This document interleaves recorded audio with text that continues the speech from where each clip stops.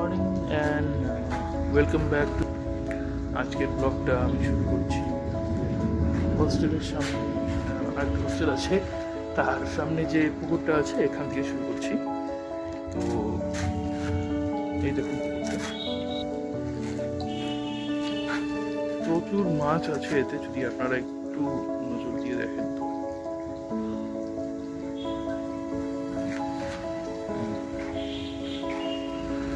বেশ বড় সড়ো একটা পুকুর নিয়ে আজকের দিনটাও বেশ ঝলমলে। সবাইকে জানাই শুভ ছট পূজা। আজকে তো যদি আমি ভুল না বলে থাকি, যদি ভুল বলেও থাকি আপনারা ঠিক করে দেবেন প্লিজ।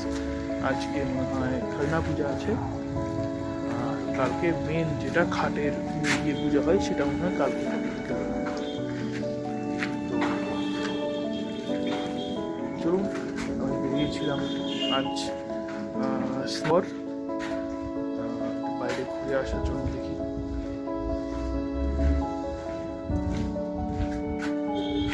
এই হচ্ছে আমাদের হোস্টেল, আর এখানে আমি দাঁড়িয়ে ব্লগ করছিলাম।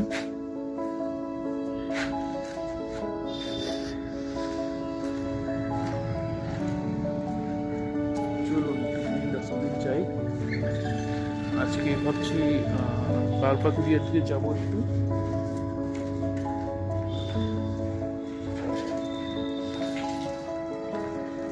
আপনারা জানাবেন আমার ব্লগগুলো আপনাদের কেমন লাগে। আপনারা কমেন্ট করবেন, শেয়ার করবেন, লাইক করবেন। আপনারা ভিউ তো করে দেন, লাইক তো করেন না, সবাই নয়, কেউ কেউ লাইক করেন, তো তার জন্য আমি কৃতজ্ঞ।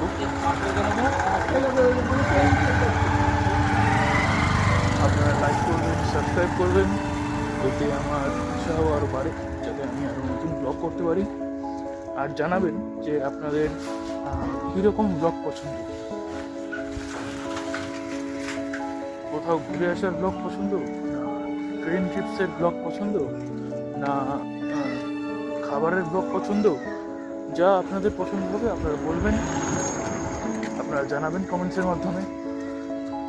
আমি সেরকমভাবে চেষ্টা করবো দেখানোর।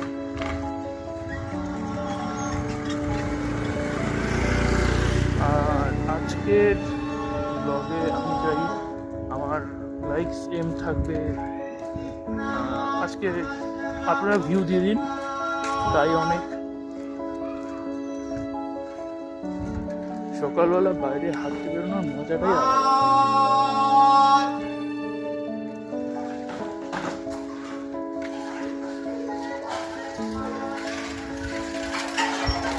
বলছিলাম সকালে হাঁটতে বেরোনোর মজাটাই আলাদা। আর সকাল সকাল স্নান করে বেরিয়ে পড়বেন বাইরে, সতেজ থাকবে, মন আনন্দে ভরে যাবে।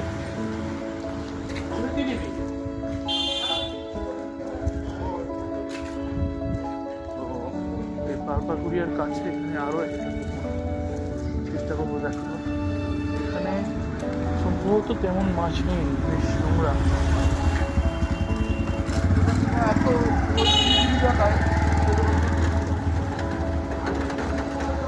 সম্ভবত তেমন মাছ নেই। চেষ্টা করবো, দেখুন বেশ নোংরা, খাগারের মতোই মনে হচ্ছে প্রায়।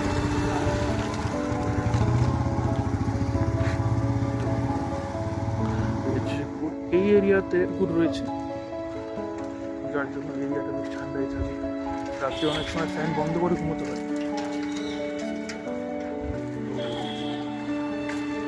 আপনারা জানাবেন, সাজেশন দেবেন আপনারা কীরকম ধরনের ব্লগ চান। আমি যদিও স্টুডেন্ট, সবসময়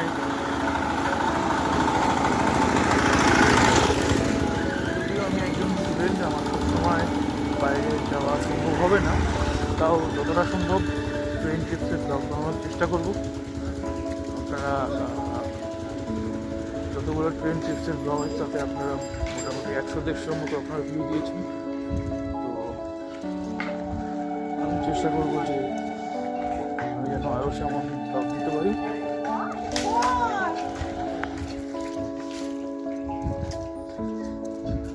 আপনারা আমাকে প্লিজ জানাবেন যে রেলওয়ে স্টেশনে ব্লগ বানানোটা কি সত্যি এখন আইনিভাবে বন্ধ করা হয়েছে নাকি এটা শুধু একটা গুজব?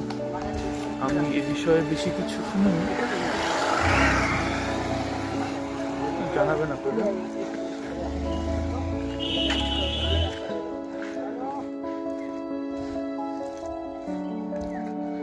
একটু অন্ধকার মনে হচ্ছে, সূর্যের পিছনে পড়েছে। আর এটা হচ্ছে আমাদের হোস্টেলের ক্যাম্প, এখান থেকে খাবার আসে।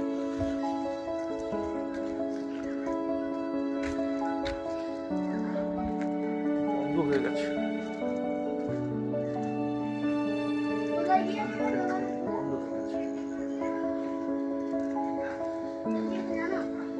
সামনে শুনেছি রেলগেট আছে, তখন যাইনি। আজকে আপনাদের সঙ্গে গিয়ে একবার দেখবো কেমন কি আছে। এই এরিয়াতে এত গাছপালা যে রৌদ্র এত কড়া উঠেছে বোঝাই যায় না। গাছের ছাওয়াতে এতটা মানে শীতল একটা ভাব। আমি জানি পেছনে অনেক আওয়াজ আসছে, তো প্লিজ চেষ্টা করবেন সেই আওয়াজগুলোকে এড়িয়ে যাওয়া। বিকজ আমি এখনও এডিটিংয়ে অতটা পারদর্শী হইনি। আবার আসছি, বলছিলাম আমি এখনও এডিটিংয়ে অতটা পারদর্শী হয়ে যায়নি। পেছন থেকে নয় তারপর অ্যাড করা, আমি তেমনভাবে শিখিনি এসব। আপনারা জানাবেন আপনাদের কী ভালো লাগে, আমি সেই মতোই চেষ্টা করবো।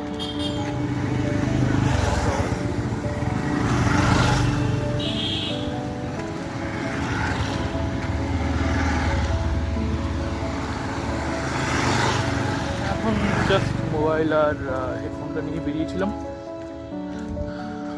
তো হেডফোনটা খুলে রেখে দিলাম বলতে। জানি না কখন, বলা তো যায় না, সবাইকে তো খারাপ বলা যায় না, কেউ কেউ থাকে এরকম, বাইরে করে এসে টান দিয়ে নিয়ে চলে যাবে।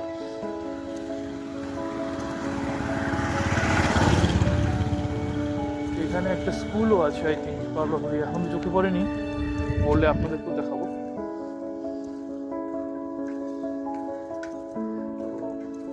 শুনেছি যে আমাদের রেনওয়্যার ইউনিভার্সিটিরও স্কুল রয়েছে, কোথায় রয়েছে এটা জানি না, বাট আছে বলছে, যেহেতু নিশ্চয়ই আছে, না থাকলে কেন। এই বাড়ির গেটটা বড় সুন্দর, বাড়ির গেটটা বড় সুন্দর, আমি চাইবো আপনাদেরকে দেখা।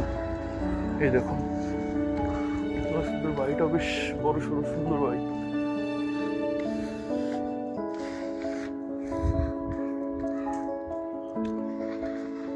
আশপাশটা বেশ প্রাকৃতিক সৌন্দর্য।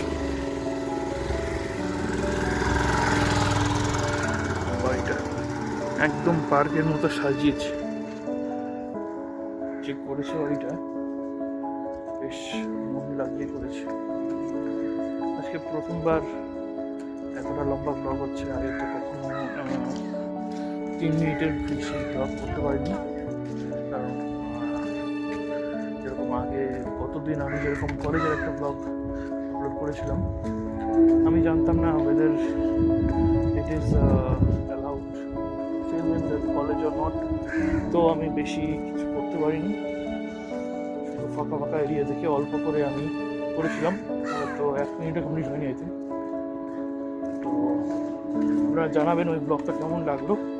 আমি পরে অথরিটির সঙ্গে কথা বলে এই ব্লগ বানানোর কথাটা আমি তাদের সাথে রাখবো।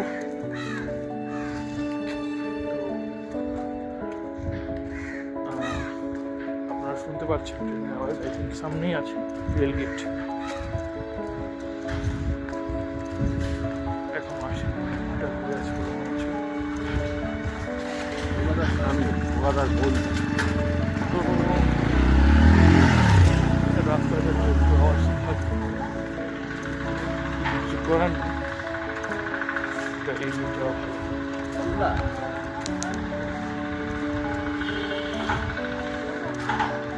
এখন আমি যাচ্ছি রেলের দিকে দেখার জন্য যে রেলগেট কত দূর, অনেকটা দূর চলে এসেছি যদিও, তাও চেষ্টা করবো দেখানোর।